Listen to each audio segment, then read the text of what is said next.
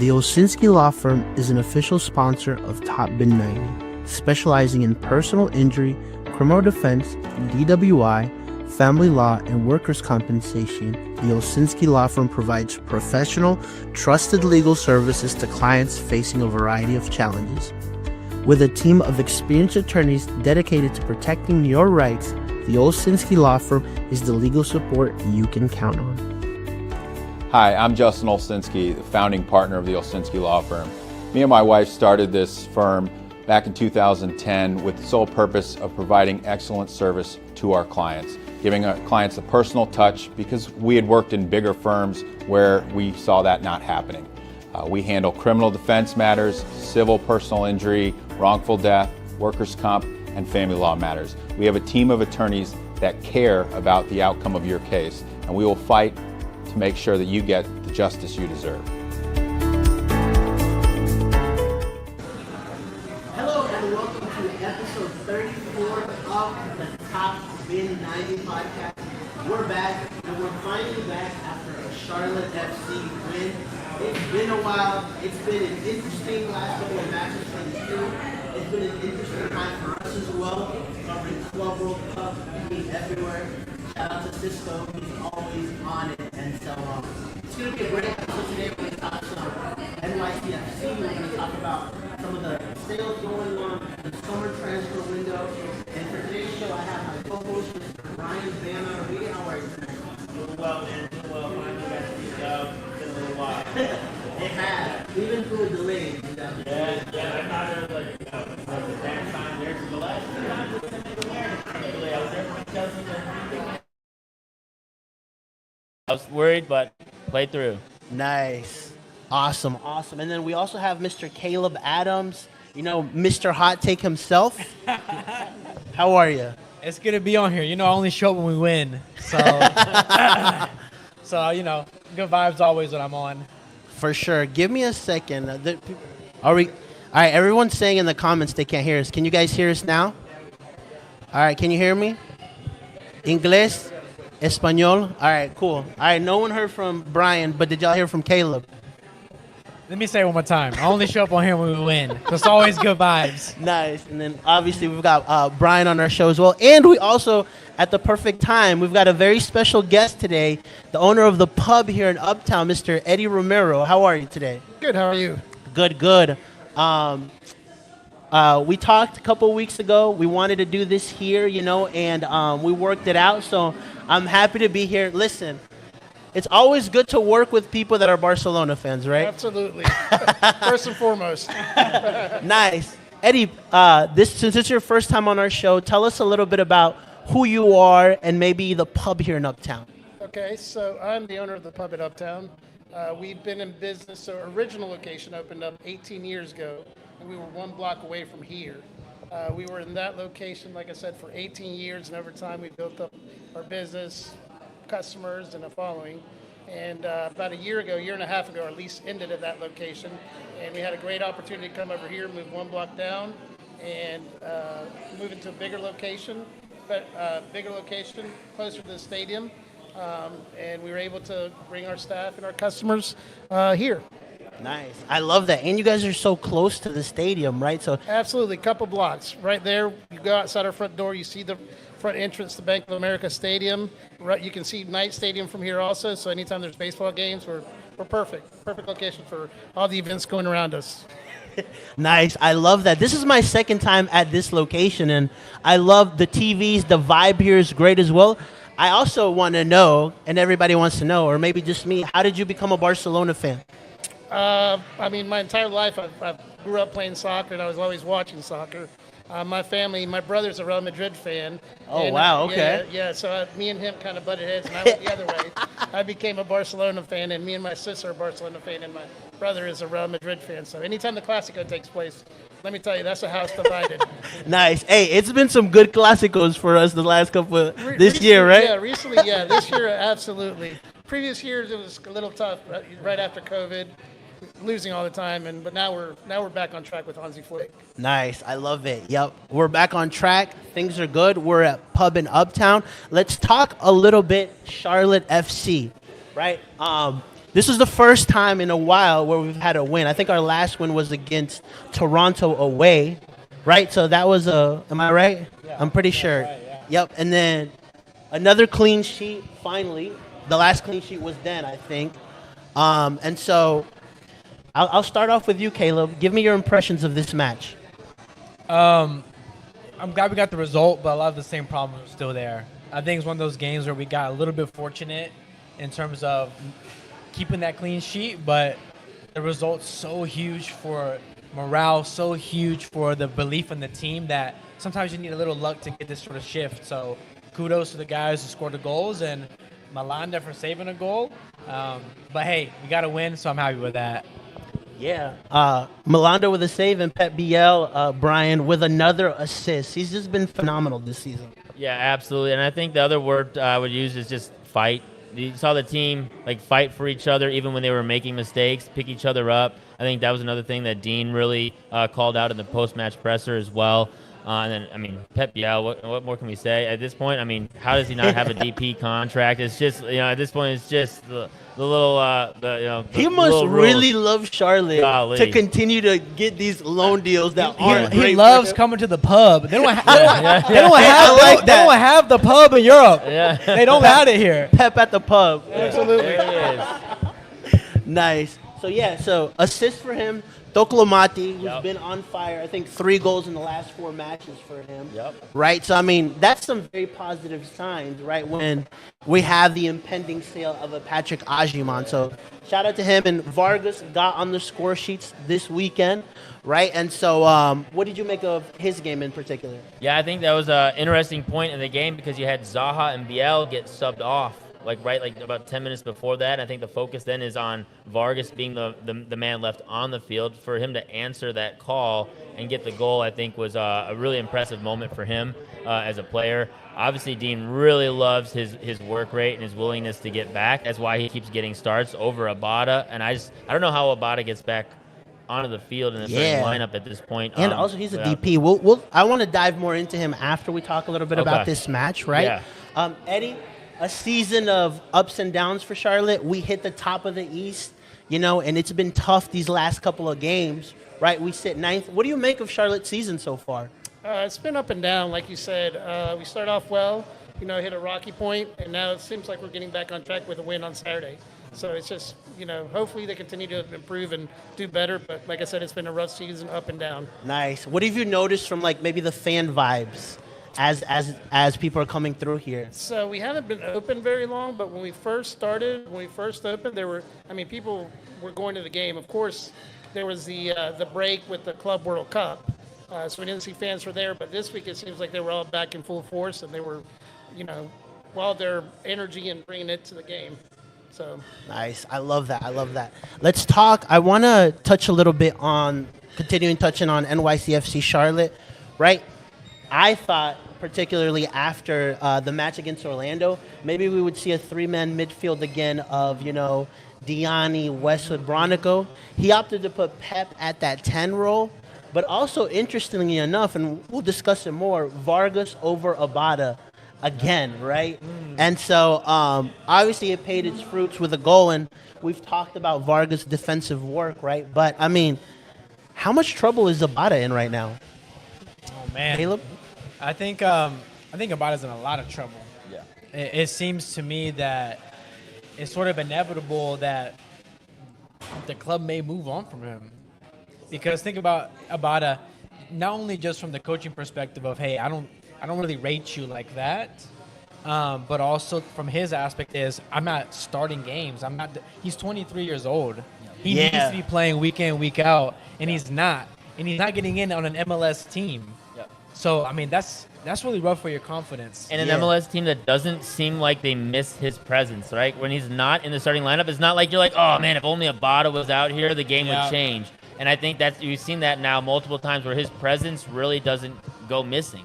That's the biggest issue, right, is your DPs, your team should be shaken up if you're missing DPs. Like 100%. Ricky Puig in LA, right? Yeah, but I could also argue, too, is Zaha also? Are we missing that presence when Zaha's out there? Yeah. Right? I don't know. I mean, I don't think as much, but I think we've seen enough. I've seen stints of Zaha that are like, okay, this is a DP quality player, right?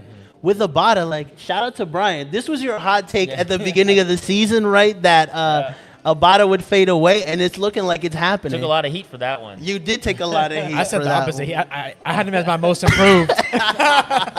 Dang, you top been cursed him, man. Yeah, I had him as my most improved, and yeah, it's been disappointing because like you see little glimpses here and there, like, man, if you could finish a little better or just a little sharper decision making, but it's tough days for him. Yeah, Eddie, when one of your DP players, right, is kind of missing, right, you know, from your perspective, like watching Barca, watching Charlotte, right, what does it take to kind of take things back and kind of be the guy again?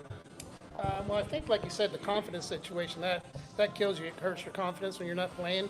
And you just got to, stay with it, and hopefully you get the chances again and get back in there. Nice. Love that. Let's touch a little bit more on this match as we can, like, want to touch on Kalina a bit, because he's had kind of a rocky season, right? I thought the 2 games where he was kind of off the pitch and they brought in Bingham would kind of light a fire under Kalina. And I still feel like I'm not seeing the best version of Kalina.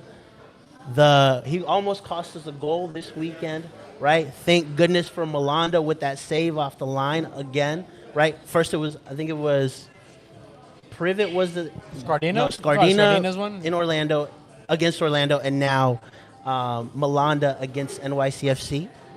Brian, talk to us about Kalina. I mean, I figured there was going to be a regression based on last year just because, he had one of the best goalkeeper performances last season in, like, all of MLS history, right? So natural regression for me was expected. I didn't expect it to quite go like this. It definitely seems like there's been some, like, mentality, like, shake it up. He's made errors at times, but there's kind of, like, it kind of made sense. Like, he seems to be a guy who really needs to just have quick responses, and that's where his shot stopping really comes into play. But anytime he kind of has moments where he has to kind of, like, think about things and kind of work through a progression of stages to make a play, that's where I feel like he's always kind of struggled. But now it just kind of seems like a little bit of everything. Like, nothing is really quite clicking. Obviously, part of that is also probably the back line in general, still not quite gelling. Westwood also made another really terrible pass to Alonso Martinez that gave him a 1v1, right? So it's just like a lot of these guys just still seem off. They picked each other up and were able to get a result. But Kalina at the top of the list in terms of just players who just don't seem to quite be fully there. Yeah, the positive I take about this game is pretty much that, just the result. Yep. Again, Pep Biel. But there's a lot of questionable things about this team still, right? And hopefully, I think we talked about this before, where, like, there's certain times where you just need to get a result to kind of get out of that slump. And I feel like this match for Charlotte. Thoughts on that, Caleb? No, yeah, 100%. The big question for me is, are they actually are we going to see actual shift here? Like, are we going to see a real change? Are we going to see a real positive sort of spring back up? Or are we going to dip right back down again? Because, this game really didn't instill me with a lot of confidence. Like, when we scored that first goal, we completely fell back into our shell, didn't we? Yeah. We completely stopped attacking. I think the goal itself that we scored with Pep, that was maybe like 30% of our entire possession all game.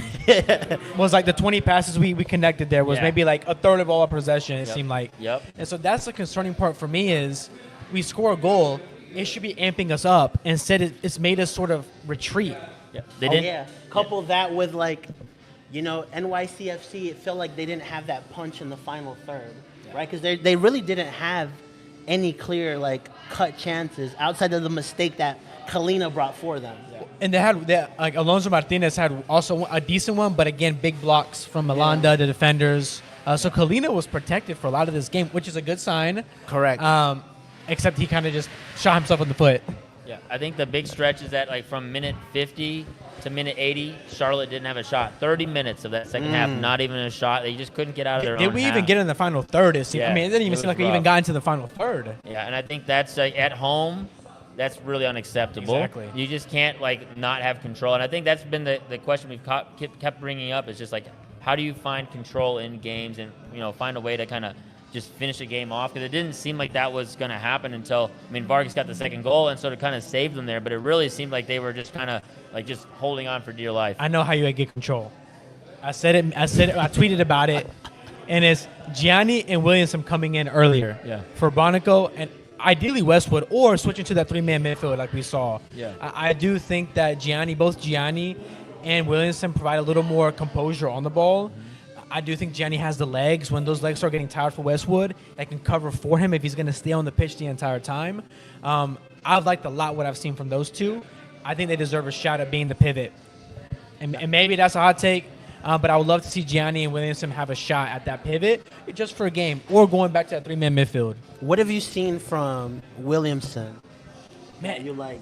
for me, it's his composure. Like when other players around him are launching balls, mispossessing it, missing a pass.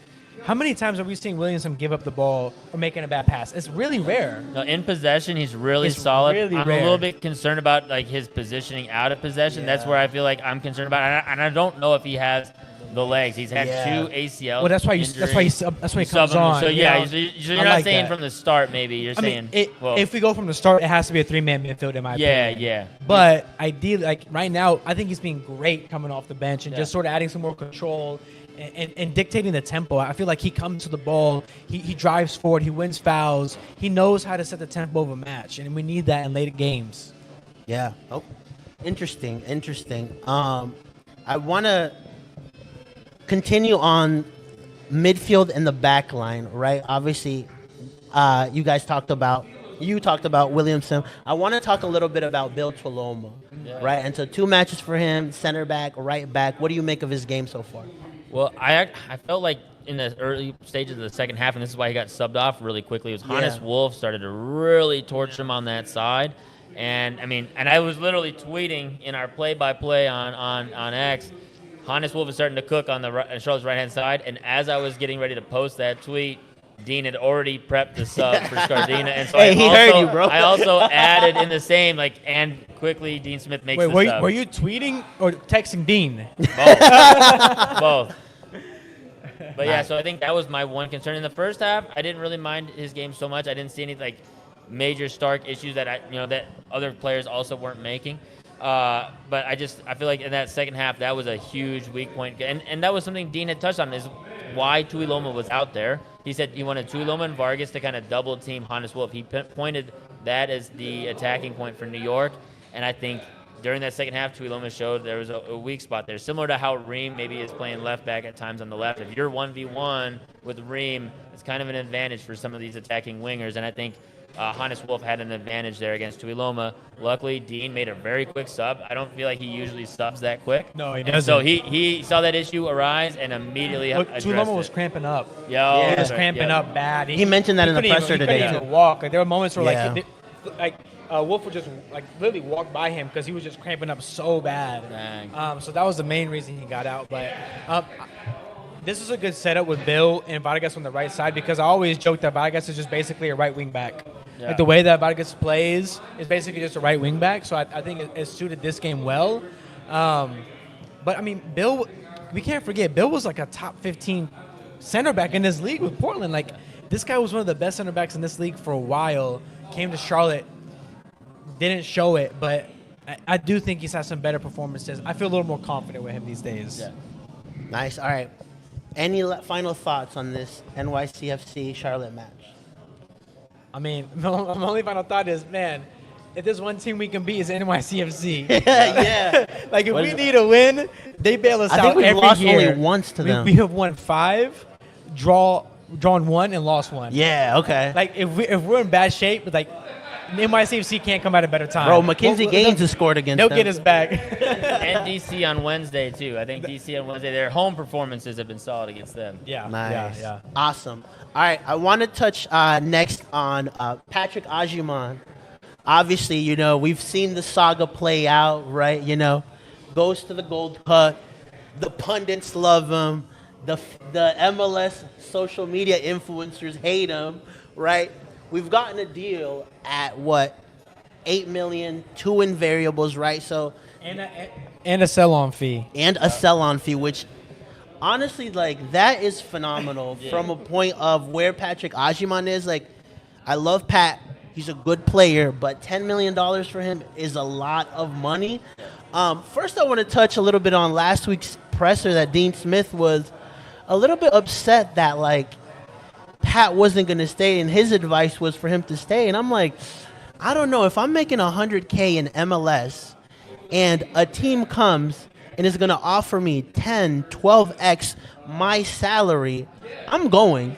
If you're not going to offer me anything near that, I'm going to go. Because worst case scenario, Patrick doesn't succeed at Derby, say, he could still come back to MLS and have value. TAM player, some MLS club may even pay him a DP deal here. So, Man, I got to say, whoever's representing Agyemang, I kind of have some doubts on how they're approaching it, because I'm like, there's no way he's going to get the money that he's asking for. Like, they're holding out for no reason. But it paid off. I mean, it's a $1.2 million contract for Agyemang. This is a guy who was in college, was making $60,000 a year, went up to $100K, and now is making $1.2 million within 2.5 years. Yeah, if Swiderski had Agyemang's agent, it'd be a whole different ballgame. for real. He'd be at Barca right now. Even though I know that, the club probably hates negotiating with those types of representatives, like, if you're Agyemang, you're feeling good about who's representing you right now. I'm like, you're getting $10 million for Patrick Agyemang. Like, it's a this is a win for everybody. It's a win-win. Absolutely. And I'm a pro Agyemang guy. And I had him maybe valued at a $2 million transfer. So a $10 million transfer. Listen, nobody's a better PR agent for Pat than Brian. That's why he went for $10 million. Hey, you better have I got that 10%. Dude. Hold up. This is suspicious now. You got a little commission? Nice. Eddie, your thoughts on Patrick Agyemang? I mean, like you said, everybody wins in this transaction. He's making more money. Charlotte's getting 10 mil. It's a win-win for everybody. I hate to see him leave because the team needs him, but it's a win-win financial situation all around. Following up with that, like, I think part of the reason also we feel so good about this is that Agyemang was not the top leading goal scorer in MLS. No. Like, he wasn't the Golden Boot.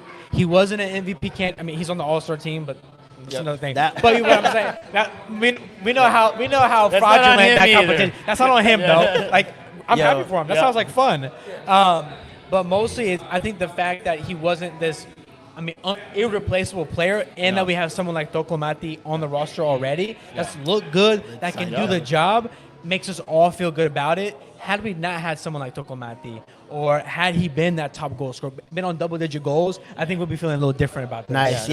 Let's touch on that a little bit, because how do you approach a transfer window now where you have a guy in Idan Toclomati who's, scoring, a guy that, can get others involved, that has a great first touch, that can read well in the final third, right? I mean, this kid at 20 years old, I think we've all in agreement that his ceiling is higher than Patrick Agyemang's. Sure. So when you're looking at this transfer window, how do you approach replacing Pat, but also making sure that, Idan Toclomati continues his growth? Yeah, I mean, I said this back on the when we did the Battle Game showroom, or Battle we did our last live show. The game Eons show? ago. The one you Game lost? show. The one you lost against me? I shouldn't have brought that. Anyway. Roll the clip. Anyway, on that show, I mentioned that striker was not the position we were worried about. Agyemang and Toclomati were going to be enough on non-DP deals, and I think that stance still holds even without Agyemang. You don't need a DP9. You don't need a DP9 there. I think they need some help in the midfield. I think you can get. You could definitely still sign a striker. You could have depth, but my stance they at the need to beginning sign is- a striker. a veteran striker. I don't think it has to be a DP. Will it be a DP? I could see them doing that again.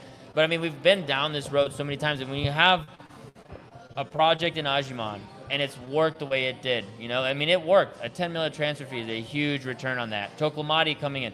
Really, honestly, the striker position is the only plus of this season so far, based on how the expectations were going in. I would say attacking midfield too. Is there another? Oh yes, fair, and Pep Biel. Yep. Shout out to Pep Biel, obviously. But I would say that's one of the only other wins they've really had in terms of just success stories so far.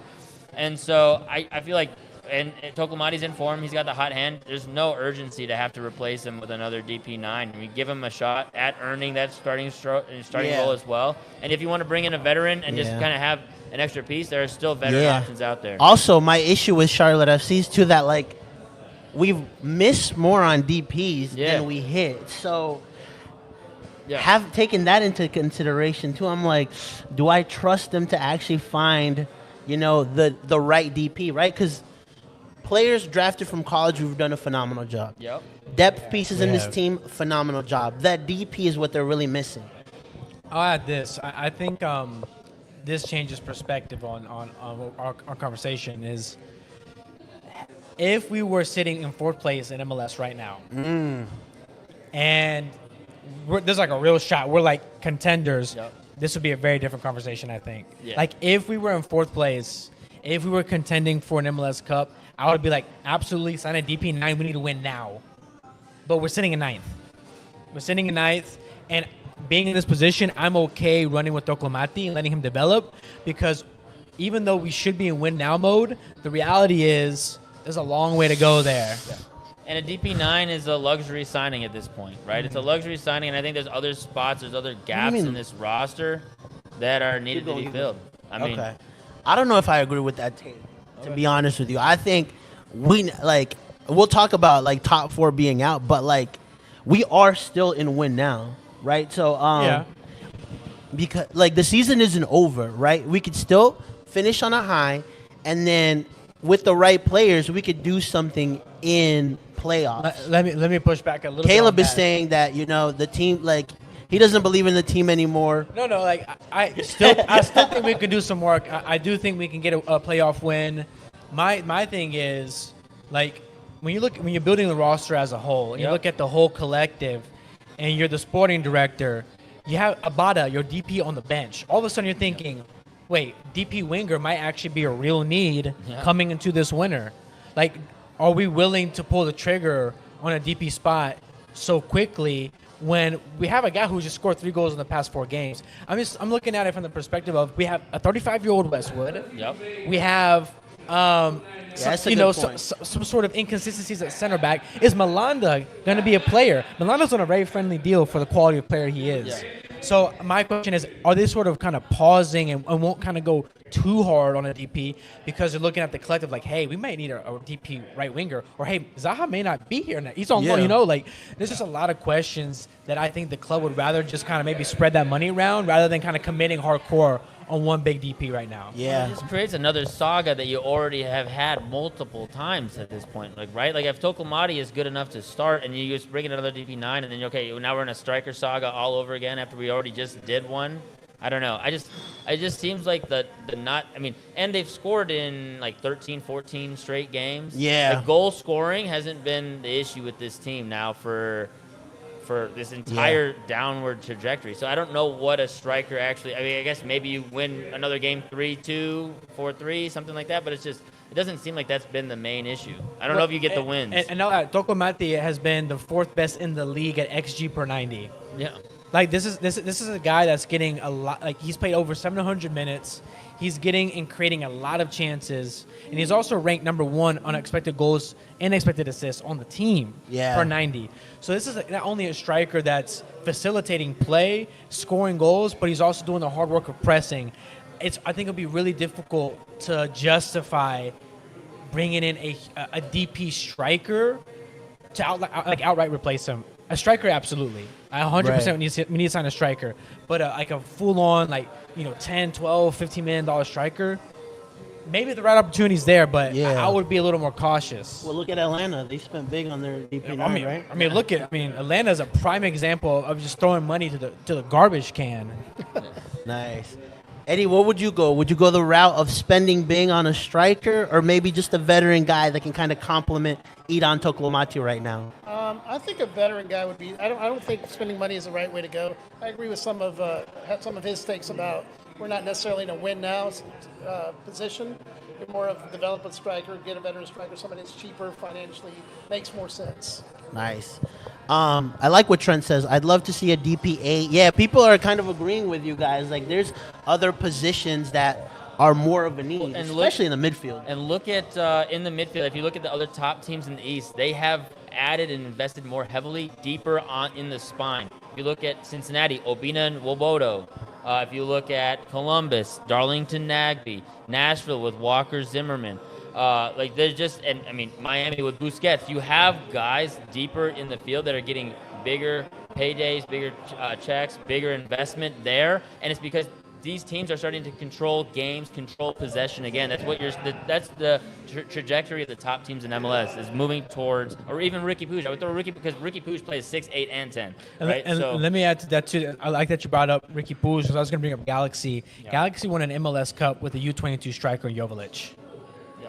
Like Joveljic is a great sort of, for me, is a great sort of comp to see what Tokomati can be. Joveljic, he got like 12 goals a season, but it was a surrounding talent around the striker because no other position is more dependent on the team than striker. 100%. No position is more dependent on the 10 guys behind him than the striker. So if you can make those 10 guys behind you really strong, and if your striker's just okay, guess what? They're going to score more goals than a guy who's going to be elite, and is having to create his own chances, having to beg for opportunities. So I do think that if we get a DP8 in the midfield, guess who also benefits from that? Tokomati. Yep. It increases that volume that we've been screaming for like 4 years. Yeah. Nice. And then I also think it's going to be tough. I want to see if the club, if they consider moving on from Abada, which has to be a conversation, right? The biggest issue is getting rid of him, right? There's no resell on value when you bought him for 8, right? And I think opening that up would really give Charlotte an opportunity to really strengthen this team to win now. But that's a conversation for another day. Well, let me add another conversation. Speaking of just 8s and midfielders, another tough conversation we need to have is Ashley Westwood. Ashley Westwood. I love Ashley Westwood. He's my captain. I love how he's embraced the club. When we sign foreign guys, that's the kind of mentality I want to see, is a guy who embraces not just the club, but the city, its people. He's been a prime example of that. But the reality is, he's 35 years old, and this is no shade or anything. He's slowing down. We're seeing it this season. Tell us you hate Ashley Westwood, dude. I can't do that. He already did that. He had the hot take 4 months ago. You cursed him. I did say that was my hot take, that he was gonna get replaced. But my thing is, I do think that whoever we bring in should be replacing Westwood, and at the very least, it should shift our shape into a 4-3-3 so that we can accommodate Westwood and allow him to really do his passing, because his playmaking abilities and his deep lying playmaking is still good. If you look at the numbers, Top 3 on the team. Westwood is still creating chances, still putting the ball in good areas. It's just the legs that are not keeping up. He's not pressing hard enough. He can't close space quick enough. And Bronico can only cover for so much space in the midfield. So my opinion is, if you are going to play Westwood, it has to be in a 3-man system, or you get outright replace him with the DP8 or DP6. Yeah, I think the problem there also is just like you said about all Westwood's other traits, and I think in so many different areas, he's probably top 3 on the team, whether it's leadership, passing, being able to break lines, get the ball into the final third, even his creativity around the top of the box when he does get forward. He's just near the top of the team in terms of multiple different traits, and so replacing him is really difficult to do, especially with Dean's style of play. But I do think that you got to find a way to get more help in that midfield. Yeah. I asked people last weekend, I think, who would be tougher to replace, when the Malanda links, because they're still going to be there, right? If it would be Malanda or Patrick Agyemang, and I kind of had a 50-50, which I was surprised.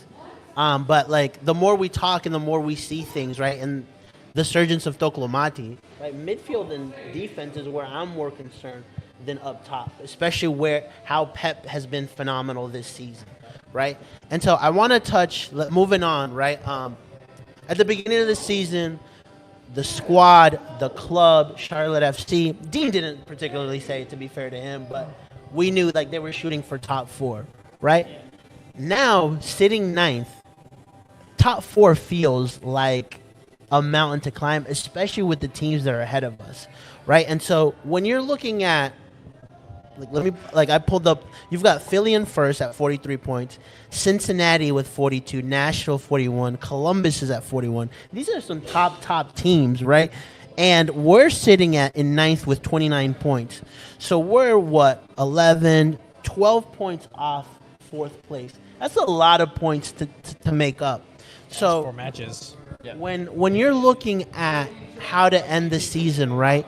What is going to be success for you for Charlotte FC this season? And I'll start off with you, Caleb. I think about And I want to hear Seattle- from the comment section as well. I think about Seattle Sounders MLS Cup run, where I want to say it's the last one they won, if not the one before that. But I remember they struggled all season long. Seattle Sounders were a complete disappointment that season. They struggled. Got really hot the last 10 games, went on to win MLS Cup. I'm not saying that's my expectation for the team, but what I'm saying is things in MLS can change very quickly. It's very momentum-based. So the sport in general is very momentum-based, but particularly in the way that the league is structured, it benefits those teams that go into playoffs hot rather than consistency throughout the year. So most times you'll see teams that are great, the number one seed go into the playoffs, get eliminated first round, or get eliminated by Atlanta, like Miami. Miami were cruising all year long, and they lose to the 9th seed Atlanta. Guess what? Because Atlanta were coming in hot. They had the momentum.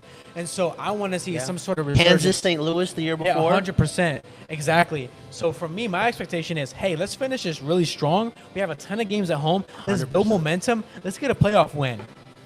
So a playoff win would satisfy you and say, okay, this was a good season because of how it would end. A playoff win, not a play-in win. Okay. I want to make that very clear. Okay. Are you saying going through the first round? I'm saying going through that first round. Okay. I mean, because they could win one but lose the other two. No, what I'm saying is, we should ideally be finishing 6th or 7th. That's the goal. Get locked playoff spot, and then that first 3-round series, we advance. Yeah. And that would put us in a best ever finish in our history, and I think that would be an incredible way to salvage what was a difficult season.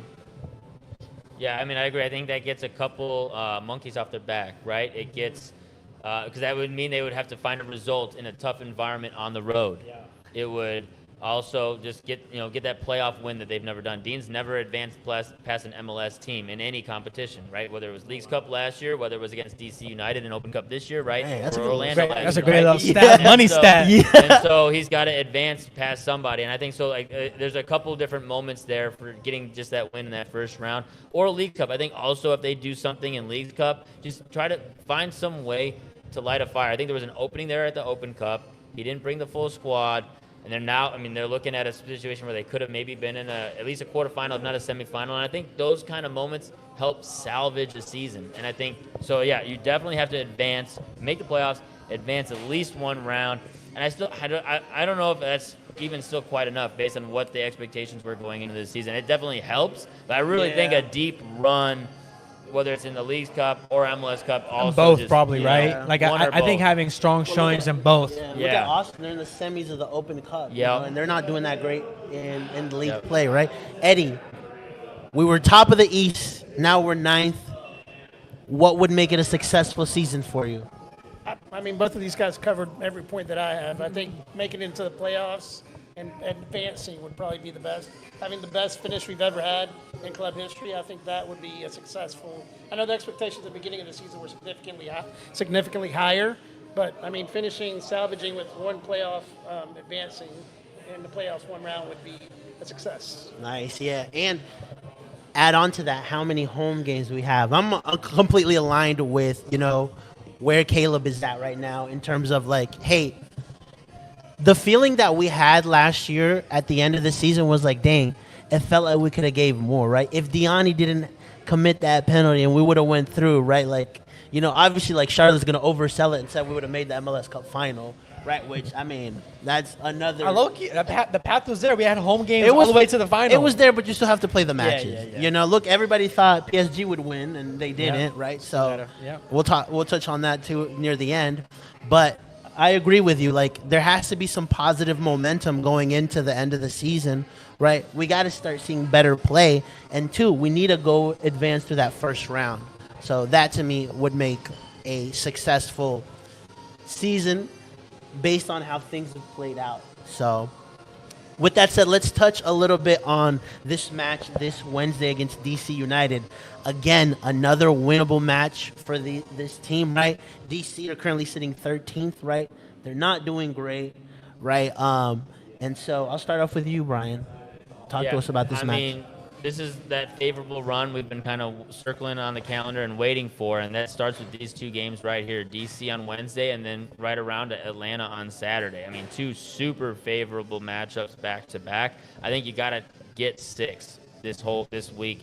I even shout out to Drop Points Fantasy. I'm definitely probably stacking some Charlotte attackers in this because I'm seeing just points in this one, and Tokomati. I could see, goals from him. This is an opportunity for him to really continue showing out. Pep BL. I mean, DC's defense has been, bad for a long, long time. They have not been a complete team for years and years. They've switched coaches again. The only threat has been Teke, but he hasn't even been much of a threat recently.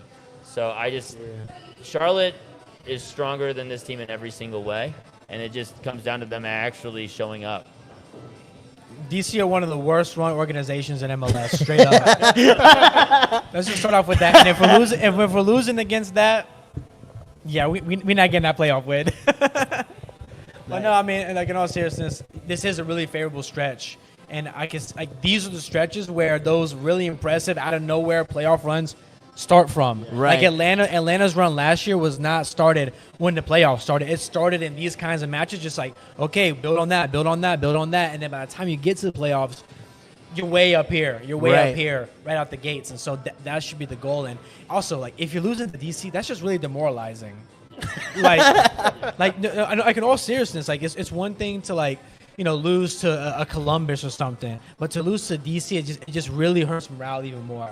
Nice. Anything you want to add to that, Eddie? Good? I think they covered it all.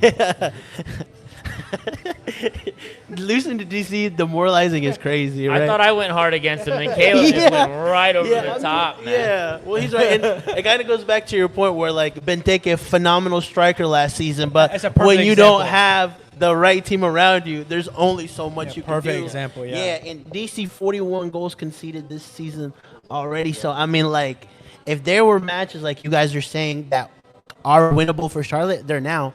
And also, if we win Wednesday, right, we're right there fighting for that 7th spot, because I think so New York City FC is at 31 points and Orlando's at 35. They play each other Wednesday, I think. So with a win, we're kind of in that mix for that 7th, 6th spot, right? And that makes New York City win really big too. It does. I don't think people realize how huge of a result that is for us because that's someone we're directly competing against. We pulled them back. Playoffs. Like that's a 6-pointer of a game we just won. Yep. It may not feel that way, but it was a really big result, for the long term. Nice. If you're Dean Smith, how do you approach this match? Aggressively. I think you have to go. You're like, to win it. Yeah, I think you got to go with a really strong, just attack-minded 11, right? Similar to what they just did with having 4 attackers out there. I think you have to really go for it and establish control early. Try to show the fans, show all of us that you can do that for an extended period of time against at least poor opposition, right? Okay, maybe New York is tricky at times. Maybe, Chicago, some of these other teams are just tricky to control at times because they're, they have something going for them in terms of they have a structure and a coach that's kind of leading them in a positive direction. DC really does not have any of those pieces in place. So if you can't find a way to structure your team and really show that you can establish control and be the better side for really long stretches, if not the entire game. I think that's got to be the minimum for this. It's you can't have a 30-minute window against DC where you don't have a shot. You have to establish control and look comfortable. I'd say this game is a game where it's got to be okay, up 1-0, nice. Still looking comfortable on the ball. Find the second one, nice. It's just a professional, comfortable win. I think that's what this team really needs in this moment. My concern with this game is we've seen in Charlotte FC history, not just this season, but we've seen teams that are on losing streaks. We are the ones who bailed them out of those. And so we pull a Charlotte. And so that's something we have to get over. We have to get over that hump here is, yes, they're coming on a losing streak. Yes, they're trash. But these are games we have lost before. These are games that we have lost before. Dang. Don't take it for granted. Use the crowd. Give Pep the ball and let Tokomati do his thing, and we're cooking. Yeah. Listen, while people were protesting in D.C., Caleb was at the stadium protesting how bad that organization was. I'm loving it. Keep him in the dirt. The East is already stacked enough as it is. We need some bad orgs in the East. We need some bad run teams in the East, please. Nice. I want to answer a couple of questions here that people have sent in. Trent asks, well, he adds, Rubio Rubin would fit our system well, I think. Probably moderately cheap from Charleston. Had a decent Gold Cup with Guatemala, but I don't know. I feel like we need a little bit more than a guy like Rubin. Your thoughts? I like Ruben. I actually used to watch him. I watched him like in the U18 World Cup back in the day. So I've been a fan of his game. He's a hard worker. He's a lot like Danny Rios in terms of he's smart positioning, a good team player, a really great human being. But like if the goal is depth, that's fine. But I think you can find better depth already within MLS. Yeah, I agree. So that's sort of my pushback on that. But it's not a terrible shout. But we got to be pretty desperate if we're doing that. I think a trophy winner. I mean, the shout out I had at the beginning of the year was Raul Ruidiaz. Obviously, he's not no longer available, but he was a free agent at the time going into the season. He's a trophy winner in MLS. I think a player like that who's just got experience, who has done the work, knows how to win, has won, just adds that extra layer to what this team is missing. This team doesn't have a lot of championship winners on it. So having somebody of that kind of pedigree who's been there and done that helps establish some culture, helps establish just like just a learning environment for Tokomati. Maybe he isn't going to be desperate to have to necessarily win the role or just not be satisfied, have other ways to contribute to the team. I think Jamie Vardy is a really good shout for this type of role. Like, if you brought in Jamie Vardy in a DP deal, I'm like, absolutely not. Do not bring in Vardy to be the starter or a DP.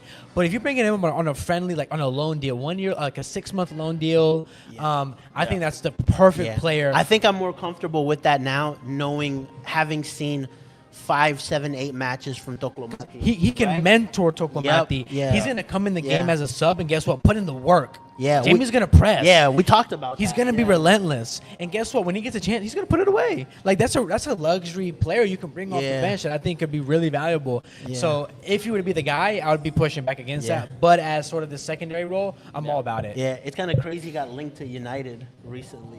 Jamie Vardy. That's how desperate they are. I like that. I think we talked a little bit about Vardy a couple of episodes back, and to me it was more like, I want to see like a stretch of Tokolomati, and I've seen enough where like, okay, like this would be a perfect complement to Tokolomati. Yeah, 100%. You know? John asked, who are some Crown guys you could bring up?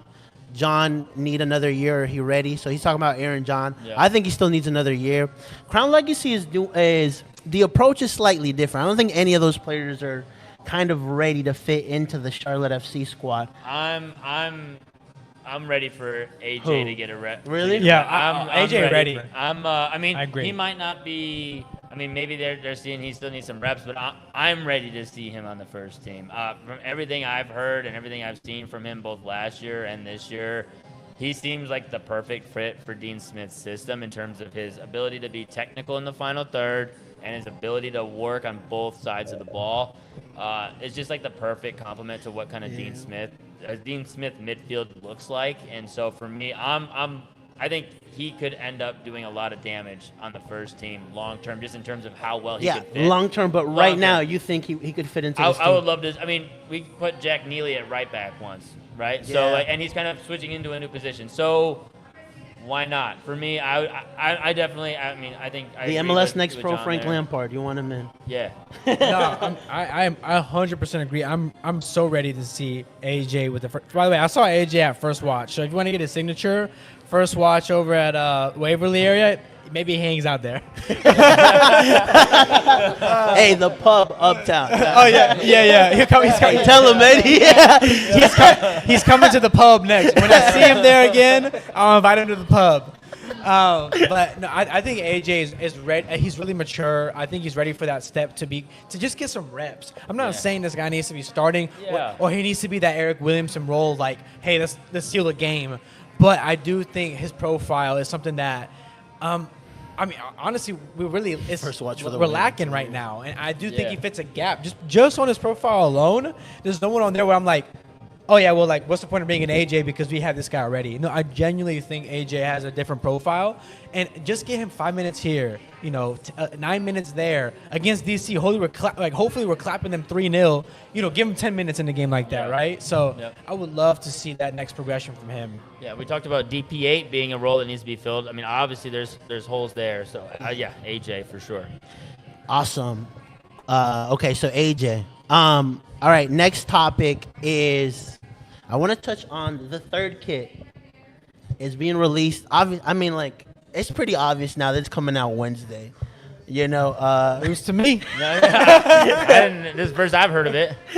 They've been advertising July 16th.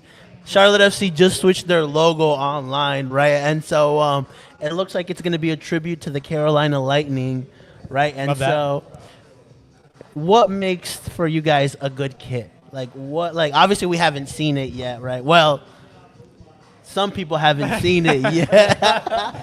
But what makes a good kit for you guys? For me, it's that story. I think the story behind this kit's really neat. I mean, it's the first pro team in Charlotte, the Carolina Lightning. Yeah, but if the kit is ass, then Yeah, I mean that's fair. But at the very least, imagine if it's trash and it has no story. It's just like, man, you really produced this in a vacuum and it's just trash. At least with the story, it's like, okay, well, at least the story, there's some meaning behind it. I'm at least looking forward to maybe having just a different colorway. And again, what it represents is really cool. We'll see how it looks. But Caleb just described the DC United of kits just there. Trash, but a really good story. yeah, but DC United were relevant for like 2 years in 1999 and 2000. Brian, what makes a good kit for you? I mean, I like the mint black kit. I like the sleek look where it doesn't kind of like overdo it, and that's kind of always been my look, the color coding, depending on how this all shapes up, I'm hesitant to really either way. It depends on what the colors are. I mean, their colors. It's gonna shock you at the beginning. I was shocked. You gotta hit it right with the colors that they have, right? If you're doing a lightning kit, it's gonna be that kind of periwinkle blue and some yellowish. Highlighter yellow. Those are two colors that are difficult to get right. Right, I'm just gonna throw that out there. Those are two colors you. But if you do get it right, it's fine. Oh yeah. But yeah, no, I think then it becomes like a really top kit. But you have to. If you don't get it right, it's tricky. Let me tell you. I'll tell you right now. I'll tell you what makes. Ooh, Alicia just gave us a clue. She said it's neon. I'll tell you what makes a kit a banger. If it has a collar, it's a banger. Period. If I can button up that thing, I don't know if I agree it's with a banger. that. What about have you seen the St. Louis collar? I don't like the half collar. I don't know. I'm talking about a proper button collar. I'm a big collar jersey guy. Like if it has a collar on it, it automatically gives me 2 extra Eddie, points. step in this. What makes a good kit? Not a collar. What makes a good kit for you? Man, the colorway, how it's put together, the different shades of the blue and the different colors, make sure that they work well together. I don't like colors at all. And that's pretty much it. Cool colorway, the way that it's put together, the design. Yeah. Crisp, clean. Like I said, I like the black kits, the black one that we have. Yeah. I didn't know if I liked the purple one that we had a couple seasons ago. That was okay. But like I said, the color and how it's all put together and it's crispy, Okay, yeah. Crisp. I'm kind of along those lines where it has to look kind of nice, clean. Most black kits I like a lot. Hey, let me add one more thing here real quick. What makes a good collar is winning stuff. Sorry, what makes a good kit is winning stuff with that kit. There you go. Those are how kits go down in history. That's how they get a legacy, is by winning stuff with kits. So even some ugly kits out there become iconic, become desirable because of what they represent, what the team won with them. So you know what? It can be the ugliest kit, but if we're winning MLS Cup with it, it's my favorite kit. Well, that's part of the story.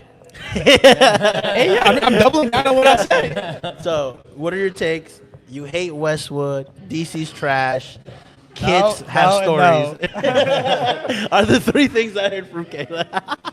Nice, awesome. Let's touch a little bit on the Club World Cup, right? We had a couple of those matches here in Charlotte, right?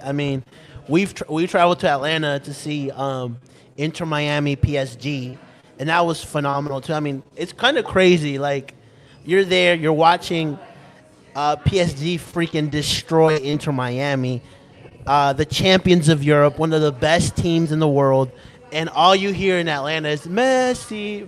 That just shows you the aura that this man still has, right? They come with the Messi propaganda. Classic Barca fans. Let's talk about Club World Any Cup. sort We'll of like, skip let the final, all this other stuff. let We'll me talk just about the slide round in of Messi 16. in any chance I can get. Yeah. Barcelona fan. Good lord. Okay, now going back to the points that I was trying to make. It was really cool kind of seeing the perspective of different English teams, South American teams, Portuguese teams in Charlotte, right? And so, I mean, I loved having Fluminense here, because they brought the vibe. They imagine being a 26-year-old finance bro driving to your job in Uptown, and there's just freaking 100 Brazilians coming at your car, and you're like, what's going on right now? Eddie, what'd you make of the Club World Cup? I think it was something good for the city. It was something good for the United States in general, the fact that we hosted it. And like I said, there were so many different cultures and teams. A lot of surprises. Especially in some of the games. Al Halil, I didn't expect them to do that. And at Beat the end, City, yeah. And I did not expect. I never picked Chelsea. Wasn't in my bracket to win. I'll tell you that. Especially not going against PSG. But I think the event in itself was great for the city. The vibe was amazing when the teams played. Now, the only thing I didn't like was the heat, and of course the players talked about that. Yeah. Hey, I'm just gonna say about the Heat. I used to play 4 games a weekend in the same Heat when I was playing club ball. Quit complaining, y'all millionaires. I play 4 games a weekend in this. Come on, we got a bunch of little 13-year-olds doing the same thing.